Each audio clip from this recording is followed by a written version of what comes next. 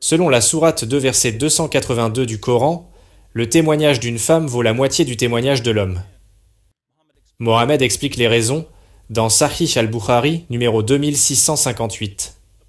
Le prophète dit : le témoignage d'une femme n'est-il pas égal à la moitié de celui d'un homme ? Les femmes répondirent : oui.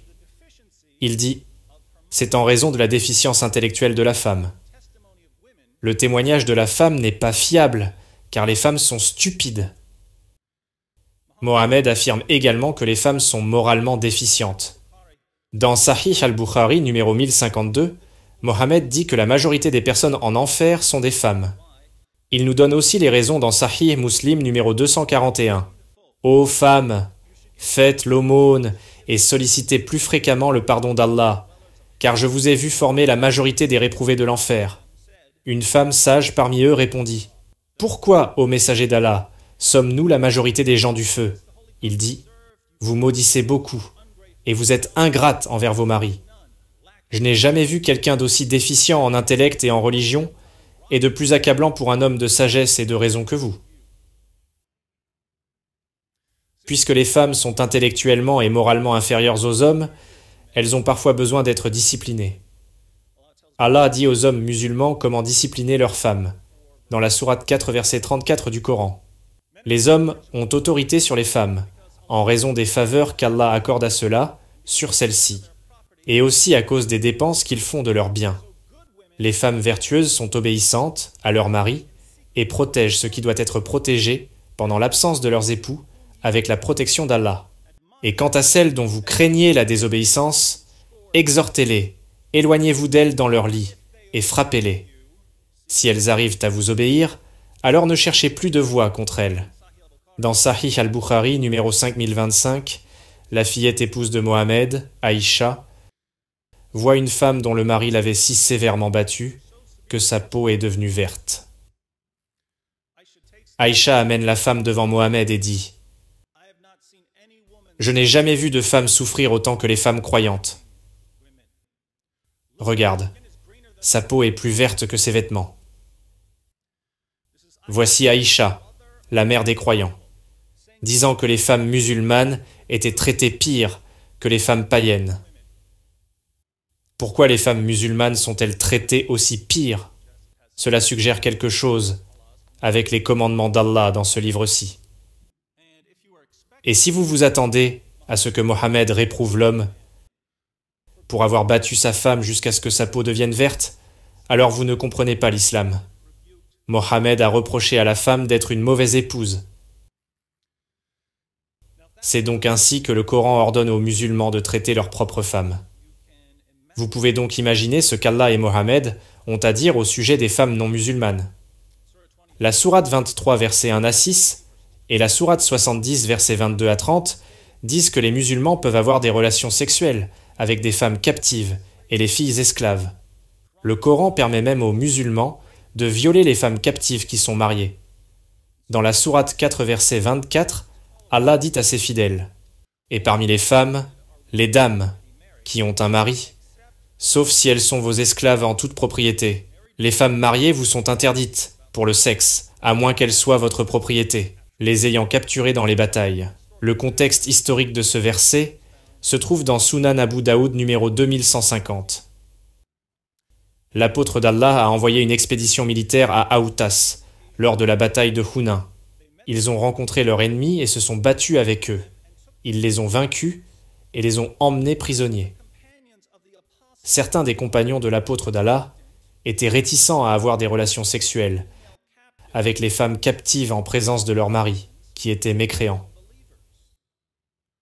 Alors Allah, exalté soit-il, envoya le verset coranique. Et sont interdits les femmes mariées, sauf les esclaves que votre main droite possède. C'est-à-dire qu'elles vous sont permises, après l'achèvement de leur délai d'attente. Pensez-y un instant. Les musulmans viennent à Mohammed et disent : nous savons que nous sommes autorisés à avoir des relations sexuelles avec nos captives, mais ces femmes-ci ont des maris. N'est-ce pas commettre de l'adultère, Mohammed ? Oui, mais c'est ok avec Allah. Donc selon l'islam, les femmes sont stupides, immorales, Vous pouvez les battre, les violer, même si elles sont mariées, et ce, quel que soit leur âge. Voilà l'islam dont vous n'entendez pas parler sur PBS ou sur BBC. La sourate 2 verset 282 du Coran traite des contrats. Mais il y a une partie intéressante au milieu qui dit « Faites-en témoigner par 2 témoins d'entre vos hommes. Et à défaut de 2 hommes, un homme et 2 femmes, d'entre ceux que vous agréez comme témoins, en sorte que si l'une d'elles s'égare, l'autre puisse lui rappeler.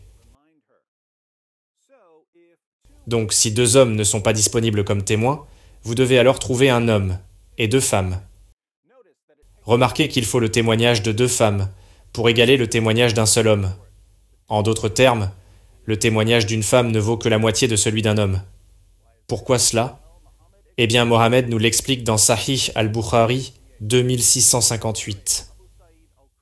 Abu Saïd al-Khudri a rapporté que le prophète a dit « Le témoignage d'une femme n'est-il pas égal à la moitié de celui d'un homme ?» Les femmes répondirent « Oui. » Il a dit « C'est en raison de la déficience intellectuelle de la femme. » Le témoignage des femmes n'est pas fiable, parce que la femme est, par nature, stupide. Leur esprit est déficient. Lisons un autre récit où Mohammed nous explique la déficience intellectuelle des femmes. Sahih Muslim 241. Il a été rapporté par Abdullah bin Omar que le messager d'Allah a dit « Ô femmes, donnez avec charité et priez beaucoup pour obtenir le pardon, car j'ai vu que vous êtes la majorité des gens du feu. » Une femme sage parmi eux répondit « Pourquoi, ô messager d'Allah, sommes-nous la majorité des gens du feu ?»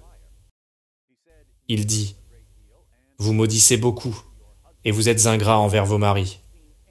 Je n'ai jamais vu quelqu'un d'aussi déficient en intellect et en religion, et de plus accablant pour un homme de sagesse et de raison que vous. » Elle répondit « Ô messager d'Allah, que signifie le manque d'intelligence et de religion ?» Il a dit « Quant au manque d'intellect, le témoignage de 2 femmes est équivalent à celui d'un seul homme. C'est une déficience intellectuelle.